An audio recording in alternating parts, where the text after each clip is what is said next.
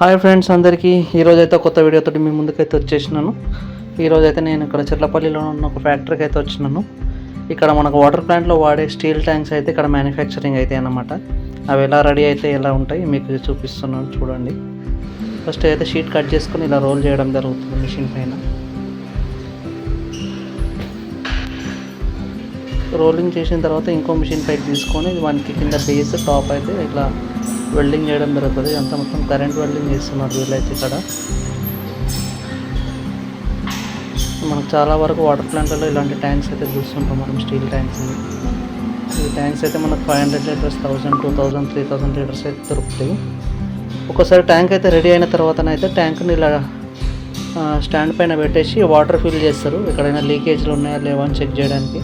Leakage ఉంటే దాన్ని మళ్ళీ సెట్ చేస్తారన్నమాట. దాని నిండా నీళ్లు నింపి చెక్ చేస్తున్నారు వాళ్ళు అయితే, ఎక్కడైనా లీకేజ్ ఉందా లేదా అని చెప్పేసి. లీకేజ్ లేకుంటే దాన్ని ప్యాక్ చేసి అయితే డిస్పాచ్ పంపిస్తారు. ఒకవేళ లీకేజ్ ఉంటేనైతే దాన్ని రిపేర్ చేస్తారు అన్నట్టు.